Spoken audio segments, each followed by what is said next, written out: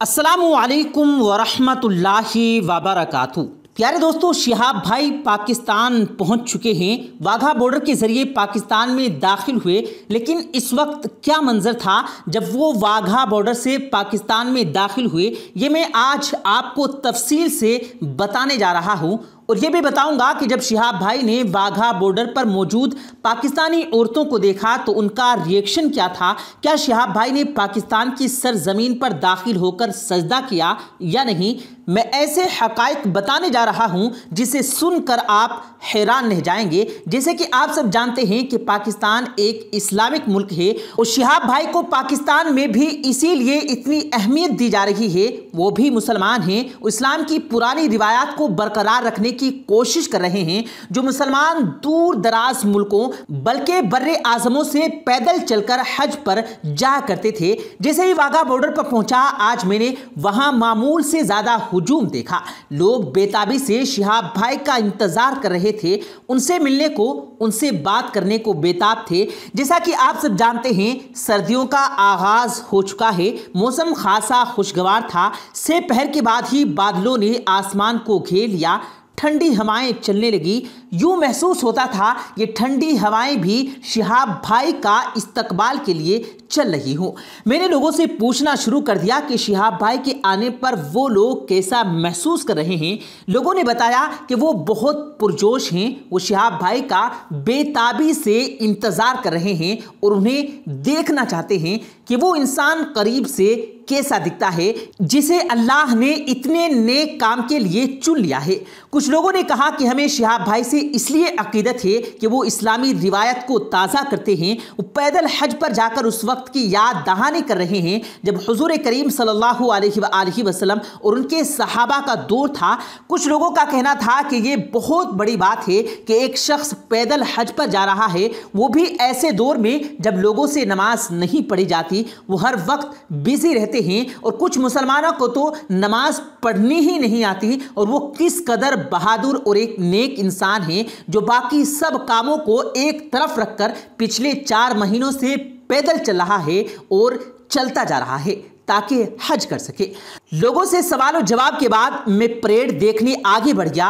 इतना रूह परवर मंजर था, मुझे चारों जानिब से अल्लाह अकबर की सदाएं बुलंद हो रही थी।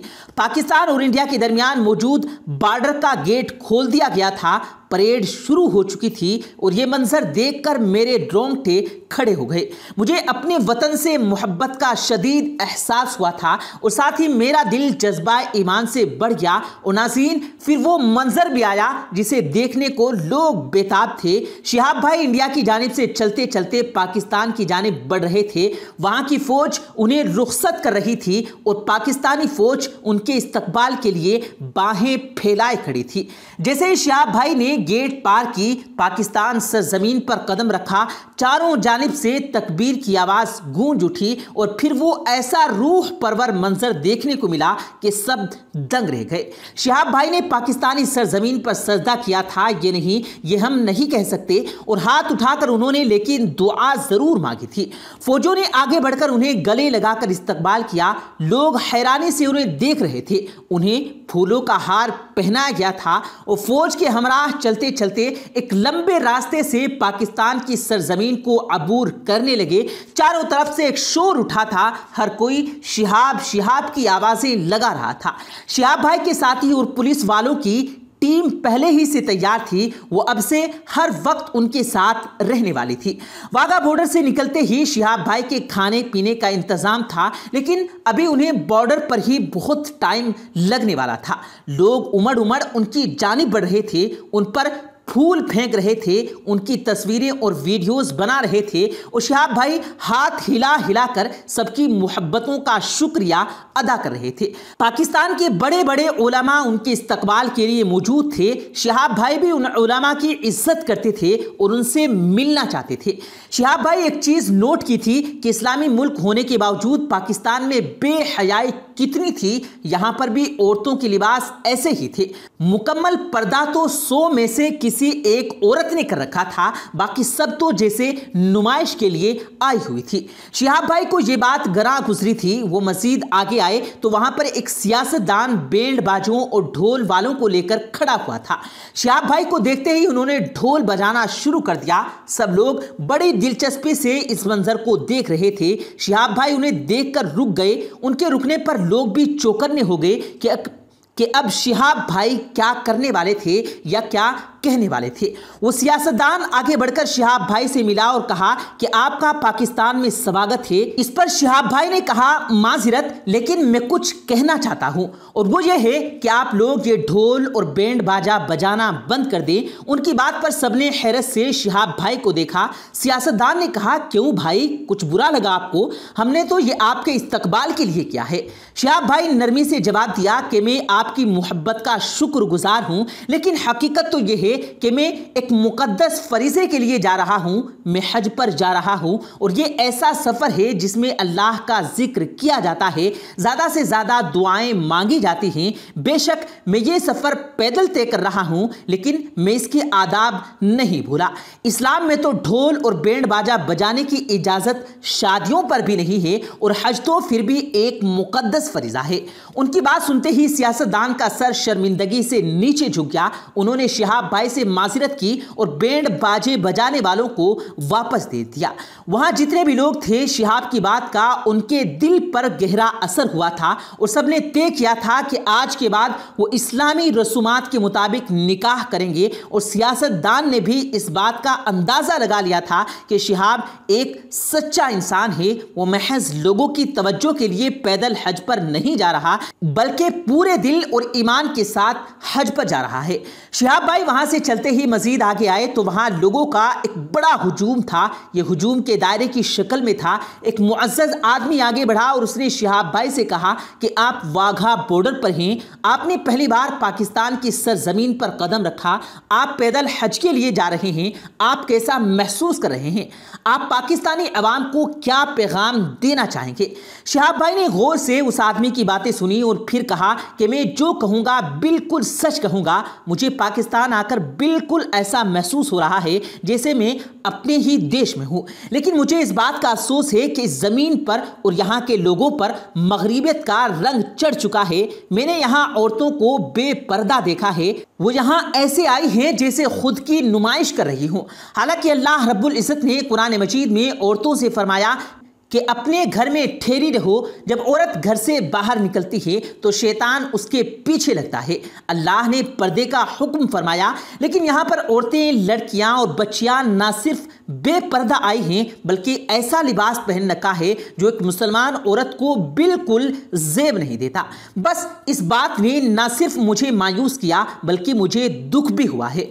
शिहाब भाई की बातें सुनकर वहां मौजूद औरतों के सर झुक गए। फिर उन्होंने दोपट्टे गले में डाले थे तो उन्होंने फौरन सर पर लिए और शिहाब भाई की ये बातें रिकॉर्ड हो चुकी थी।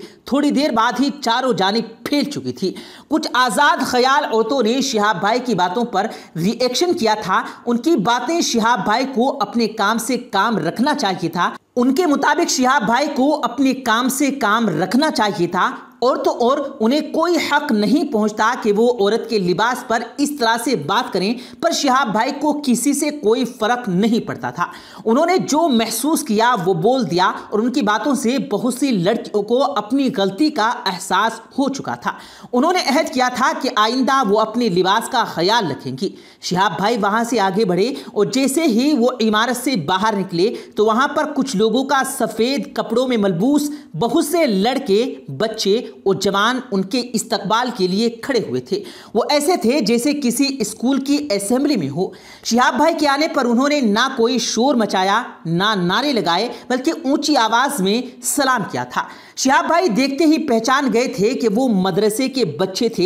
एक कारी साहब बच्चों की नुमाइंदगी कर रहे थे। शिहाब भाई मदरसों का बहुत एहतराम करते थे और वहाँ पढ़ने वाले बच्चों और पढ़ाने वाले आलिमों से उन्हें बहुत रग़बत थी। शिहाब भाई आगे बढ़ते ही उस कारी और उस्ताद को गले लगाया। बच्चे उन्हें देखकर खुश हो गए थे। वो पुरतपाक आंखें लिए शिहाब भाई को देखे जा रहे थे। उनमें से कुछ बच्चे व्हील चेयर पर थे जो चल नहीं सकते थे, ये स्पेशल बच्चे थे। कुछ बच्चे बोल नहीं सकते थे, वो इशारों इशारों में शिहाब भाई को सलाम पेश कर रहे थे। जबकि कुछ बच्चे नाबीना थे, लेकिन फिर भी वो शिहाब भाई के इस्तकबाल के लिए आए हुए थे। शिहाब भाई ने आगे बढ़कर ऐसे बच्चों को गले लगाया और उन्हें गोद में उठाया कि वो अपनी कमी के बावजूद दीनी तालीम हासिल कर रहे थे। शिहाब भाई कितनी देर वहां एक बच्चे से बात करते रहे। जो बच्चे नाबीना थे वो शिहाब भाई के चेहरे को अपने हाथों से छू कर देख रहे थे। चारों जानिब से शिहाब और बच्चों की वीडियो बनाई जा रही थी और शिहाब भाई कुछ ही देर में फैसला कर चुके थे कि उन्हें लाहौर में पहला क़याम कहां करना था। शिहाब भाई के इंतजार में एक अवाम खड़ी थी, बड़े बड़े सियासतदान और यहां तक कि फौज भी चाहती थी कि शिहाब भाई उनके पास ही क़याम करें। लेकिन शिहाब भाई फैसला कर चुके थे। उन्होंने सबसे माजिरत की और कहा कि लाहौर में मेरा पहला क़याम एक मदरसे में होगा, जिसकी बच्चे यहां तक नाबीना बच्चे भी मेरे इस्तकबाल के लिए आए हुए थे। शिहाब भाई इस बात से भी खुश थे कि मदरसे के बच्चों ने न बेहंगम शोर डाला था, न कोई बात की थी। शिहाब भाई के फैसले पर वो बेतहाशा खुश हुए थे और शिहाब भाई उनके साथ मदरसे की जानिब बढ़ गए थे। प्यारे दोस्तों, उम्मीद करते हैं आपको आज की हमारी ये वीडियो ज़रूर पसंद आई होगी। अगर आपको ये वीडियो पसंद आया हो तो इस वीडियो को दिल से लाइक करें और ज़्यादा से ज़्यादा लोगों तक इस वीडियो को सवाब की नीयत से शेयर करें। और इस वीडियो के बारे में आपकी क्या राय है, कमेंट सेक्शन में अपनी राय का इजहार ज़रूर दें। और मज़ीद इसी तरह की रोज़ की वीडियो पाने के लिए हमारे चैनल को ज़रूर सब्सक्राइब करें। मिलते हैं फिर एक नई वीडियो के साथ, तब तक के लिए अल्लाह हाफिज़।